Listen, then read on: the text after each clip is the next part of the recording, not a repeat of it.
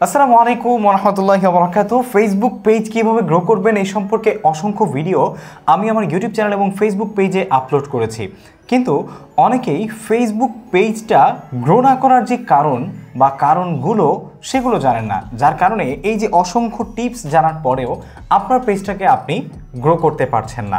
সুপ্রিয় দর্শক, আমি সবসময় কিন্তু আপনাদের কাছ থেকে প্রশ্ন পাই অফলাইনে অনলাইনে দুই জায়গায় যে ভাইয়া আমার ফেসবুক পেজটাকে আমি অনেক চেষ্টা করেও গ্রো করতে পারছি না।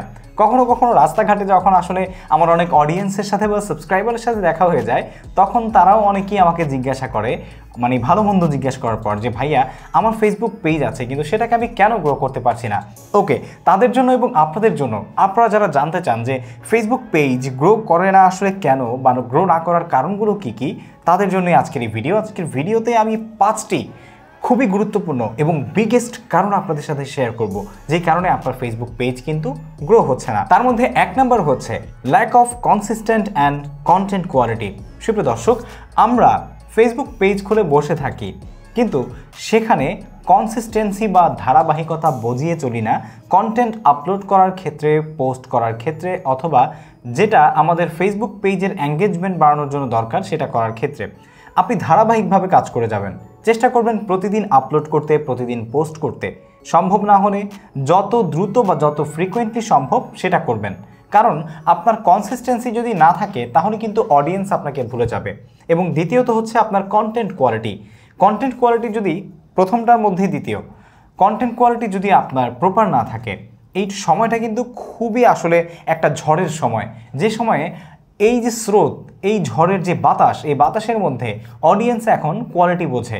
সুতরাং অন্যান্য যারা আপনার আসলে প্রতিদ্বন্দ্বী আছে তাদের সাথে আপনার কন্টেন্ট কোয়ালিটি আসলে ভ্যারাই করছে কিনা সেটা কিন্তু ডেফিনেটলি আপনি ব্যালেন্স করে বোঝার চেষ্টা করবেন। যদি তাদের চাইতে লো কোয়ালিটি থাকে, চেষ্টা করুন আপনার সাধ্যের মধ্যে যতটুকু ভালো আরও প্রোভাইড করা যায় সেটা করুন। 2 নম্বরে যেটা, সেটা হচ্ছে পুর এঙ্গেজমেন্ট উইথ ইউর অডিয়েন্স।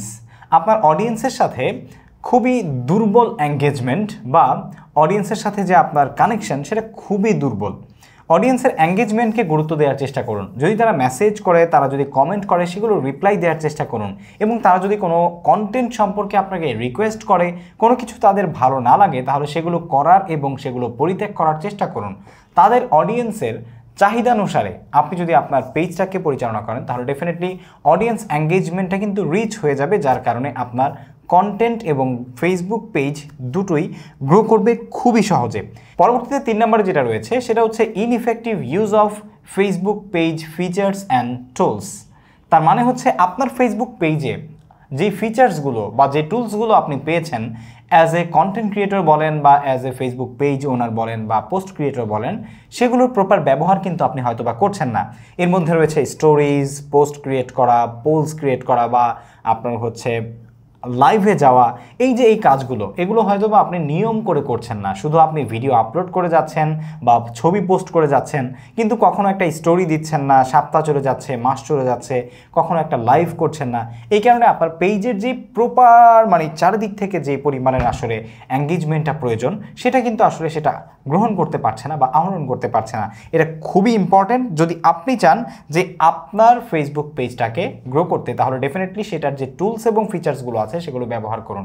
এরপর রয়েছে টার্গেট অডিয়েন্স নট ডিফাইন্ড।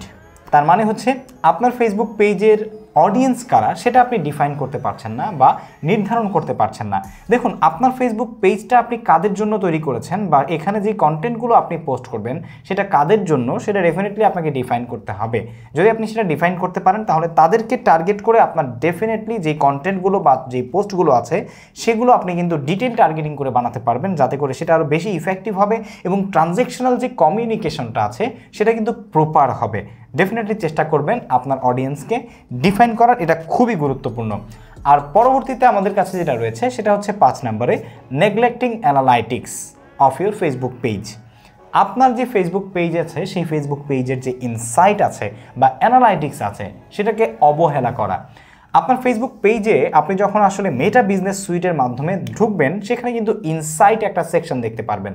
আর সেই ইনসাইট সেকশনে যদি আপনি যান, তাহলে আপনি আপনার ফেসবুক পেজের অডিয়েন্স কারা, তাদের বয়স কত, কোথা থেকে দেখছে, রাজশাহী, চট্টগ্রাম, সিলেট, বাংলাদেশ, সৌদি আরবিয়া না অন্য কোনো দেশ, এই জিনিসগুলো জানতে পারবেন। তারা কেমন রিয়াকশান দিচ্ছে, তাদের ফিডব্যাকগুলো কি কমেন্ট করছে, এই যে বিষয়গুলো আছে এগুলোকে পর্যবেক্ষণ করে আপনি আপনার প্রতিটি কন্টেন্টকে আরও বেশি ইমপ্রুভমেন্ট আনার চেষ্টা করুন এবং যতটা সম্ভব অডিয়েন্সের সাথে কানেক্টেড করার চেষ্টা করুন, যাতে তারা রিয়েল টাইম এক্সপিরিয়েন্স করতে পারে আপনার প্রতিটা কন্টেন্ট, এবং যেন আপনার কন্টেন্ট বা পোস্ট দেখে সে তার মন থেকে ভাবতে থাকে যে আসলে এটাই তো আমার এখন দরকার ছিল, আর উনি এটা আপলোড করে দিল।